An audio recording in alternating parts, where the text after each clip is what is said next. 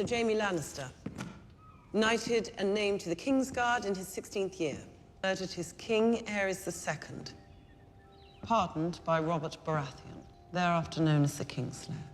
It's the duty of the Lord Commander to fill those pages. And there's still room left in mine. Hello, my sweet summer children. I'm back with some juice to get you through the long night. We have talked about dragon dreams and weirwood dreams, wolf dreams, John's dreams, Melisandre's dreams, and now we are going to talk about my favorite, Jaime Lannister's weirwood dream. And we're going to talk about what this means for the future and what is likely to happen in season 8 with both Jaime and Brienne.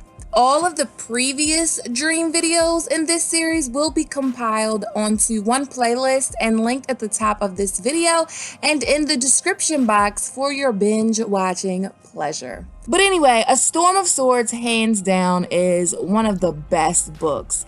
But one of the big things that the show Game of Thrones is missing is all of the dreams and the visions and the prophecies. I mean, it's kind of hard to do on TV, but guess what? You don't have to miss them because I got you. So let's crack this code. So at this point in the story, when this weirwood dream happens, Jaime's hand is gone. He's on his way to King's Landing with Qyburn and some of Roose Bolton's men, and Brienne stays back at Harrenhal. She's basically given to Vargo Hoat to do with as he likes. So during Jaime's travels towards King's Landing, he falls asleep on the stump of a tree. Not an ordinary tree though, it's a white stump, a weirwood tree, and the roots are alive, and Jaime has a prophetic dream. The fever dreams were all so vivid. Naked and alone he stood, surrounded by enemies, with stone walls all around him pressing close. The rock, he knew. He could feel the immense weight of it above his head. He was home. He was home and whole. He held his right hand up and flexed his fingers to feel the strength in them. It felt as good as sex, as good as swordplay. 4 fingers and a thumb. He had dreamed that he was maimed, but it wasn't so. Relief made him dizzy. My hand, my good hand. Nothing could hurt him so long as he was whole. Around him stood a dozen tall, dark figures in cowled robes that hid their faces. In their hands were spears. "Who are you?" he demanded of them. "What business do you have in Casterly Rock?" They gave no answer, only prodded him with the points of their spears. He had no choice but to descend. Down a twisting passageway he went. Narrow steps carved from living rock, down and down. "I must go up," he told himself. "Up, not down. Why am I going down?" Below the earth his doom awaited. He knew with the certainty of dream. Something dark and terrible lurked there, something that wanted him. Jaime tried to halt, but their spears prodded him on. "If only I had my sword, nothing could harm me." The steps ended abruptly on echoing darkness. Jaime had the sense of a vast space before him. He jerked to a halt, teetering on the edge of nothingness. A spear point jabbed at the small of his back, shoving him into the abyss. He shouted, but the fall was short. He landed on his hands and knees upon soft sand and shallow water. There were watery caverns deep below Casterly Rock, but this one was strange to him. "What place is this?" "Your place," the voice echoed. It was 100 voices, 1,000, the voices of all the Lannisters since Land the Clever, who'd lived at the dawn of days. But most of all, it was his father's voice. And beside Lord Tywin stood his sister, pale and beautiful, a torch burning in her hand. Joffrey was there as well, the son they'd made together, and behind them, a dozen more dark shapes with golden hair. "Sister, why has father brought us here?" "Us? And this is your place, brother. This is your darkness." Her torch was the only light in the cavern. Her torch was the only light in the world. She turned to go. "Stay with me," Jaime pleaded. "Don't leave me here alone." But they were leaving. "Don't leave me in the dark." Something terrible lived down here. "Give me a sword at least." "I gave you a sword," Lord Tywin said. It was at his feet. Jaime groped under the water until his hand closed upon the hilt. "Nothing can hurt me so long as I have a sword." As he raised the sword, a finger of pale flame flickered at the point and crept up along the edge, stopping a hand's breadth from the hilt. The fire took on the color of the steel itself, so it burned with a silvery blue light, and the gloom pulled back. Crouching, listening, Jaime moved in a circle, ready for anything that might come out of the darkness. The water flowed into his boots, ankle deep and bitterly cold. "Beware the water," he told himself. "There may be creatures living in it, hidden deeps." From behind came a great splash. Jaime whirled toward the sound, but the faint light revealed only Brienne of Tarth, her hands bound in heavy chains. "I swore to keep you safe," the wench said stubbornly. "I swore an oath." Naked, she raised her hands to Jaime. "Sir, please, if you would be so good." The steel links parted like silk. "A sword," Brienne begged. And there it was, scabbard, belt, and all. She buckled it around her thick waist. The light was so dim that Jaime could scarcely see her, though they stood a scant few feet apart. In this light, she could almost be a beauty, he thought. In this light, she could almost be a knight. Brienne's sword took flame as well, burning silvery blue. The darkness retreated a little more. "The flames will burn so long as you live," he heard Cersei call. "When they die, so must you." "Sister!" he shouted. "Stay with me! Stay!" There was no reply, but the soft sound of retreating footsteps. Brienne moved her longsword back and forth, watching the silvery flames shift and shimmer. Beneath her feet, a reflection of the burning blade shone on the surface of the flat black water. She was as tall and strong as he remembered, yet it seemed to Jaime that she had more of a woman's shape now. "Do they keep a bear down here?" Brienne was moving, slow and wary, sword to hand, step, turn, and listen. Each step made a little splash. A cave lion? Direwolves? Some bear? Tell me, Jaime, what lives here? What lives in this darkness? Doom. No bear, he knew, no lion. Only doom. In the cool, silvery blue light of the swords, the big wench looked pale and fierce. "I mislike this place. I'm not fond of it myself." Their blades made a little island of light, but all around them stretched a sea of darkness unending. "My feet are wet. We could go back the way they brought us. If you climbed up on my shoulders, you'd have no trouble reaching that tunnel mouth. Then I could follow Cersei." He could feel himself growing hard at the thought, and turned away so Brienne would not see. "Listen!" She put a hand on his shoulder, and he trembled at the sudden touch. "She's warm." "Something comes." Brienne lifted her sword to the point off to his left. There. He peered into the gloom until he saw it too. Something was moving through the darkness. He could not quite make it out. A man on a horse? No, two riders side by side. Down here? Beneath the rock? It made no sense. Yet there came two riders on pale horses, men and mounts both armored. The destriers emerged from the blackness at a slow walk. They make no sound, Jaime realized. No splashing, no clink of mail nor clop of hoof. He remembered Eddard Stark riding the length of Aerys' throne room wrapped in silence. Only his eyes had spoken, a lord's eyes, cold and gray and full of judgment. "Is it you, Stark?" Jaime called. "Come ahead. I never feared you living. I do not fear you dead." Brienne touched his arm.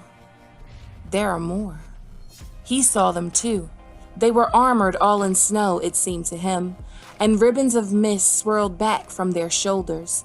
The visors of their helms were closed, but Jaime Lannister did not need to look upon their faces to know them. 5 had been his brothers, Oswell Went and Jon Darry, Lewin Martell, a Prince of Dorne, the White Bull, Gerald Hightower, Sir Arthur Dane, Sword of the Morning, and beside them, crowned in mist and grief, with his long hair streaming behind him, rode Rhaegar Targaryen, Prince of Dragonstone and rightful heir to the Iron Throne.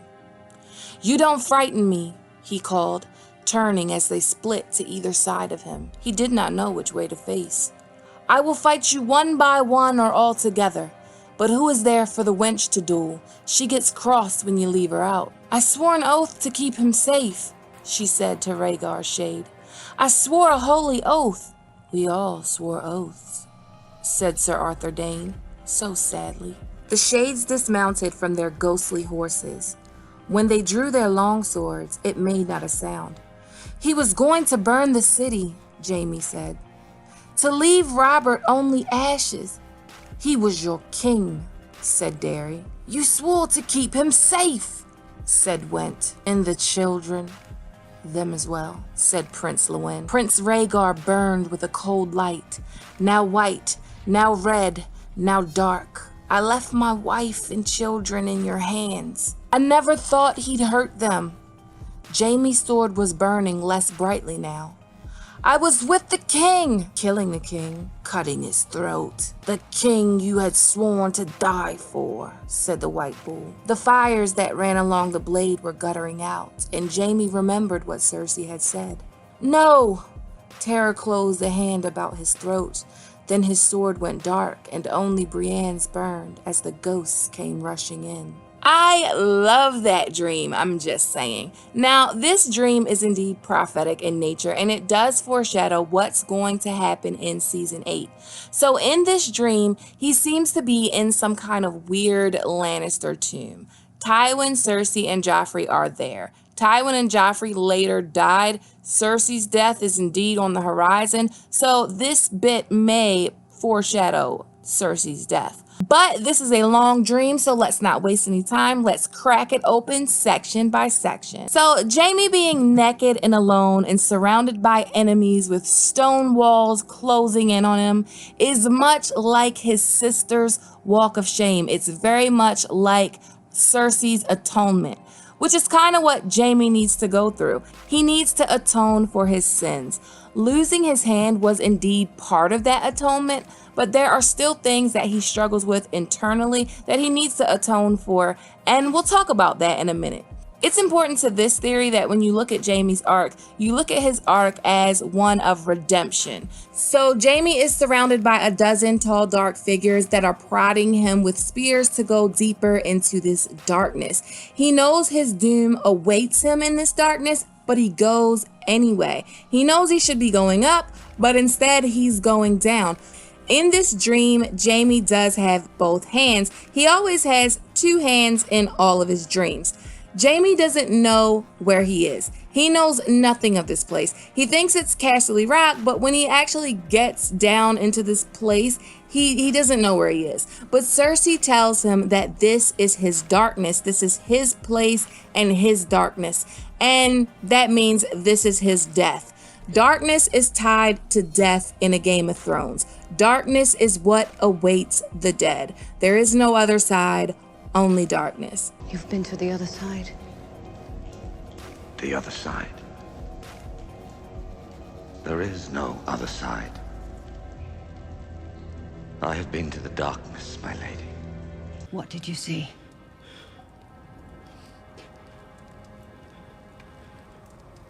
Nothing.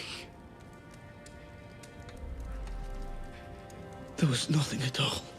So Cersei has a torch and she has the only light in the world, and he begs her not to leave him, to stay with him and keep her fire near him. This could very well foreshadow Jaime requesting Cersei's help in the wars to come, Jaime requesting wildfire from Cersei, and Cersei denying the help and leaving Jaime alone.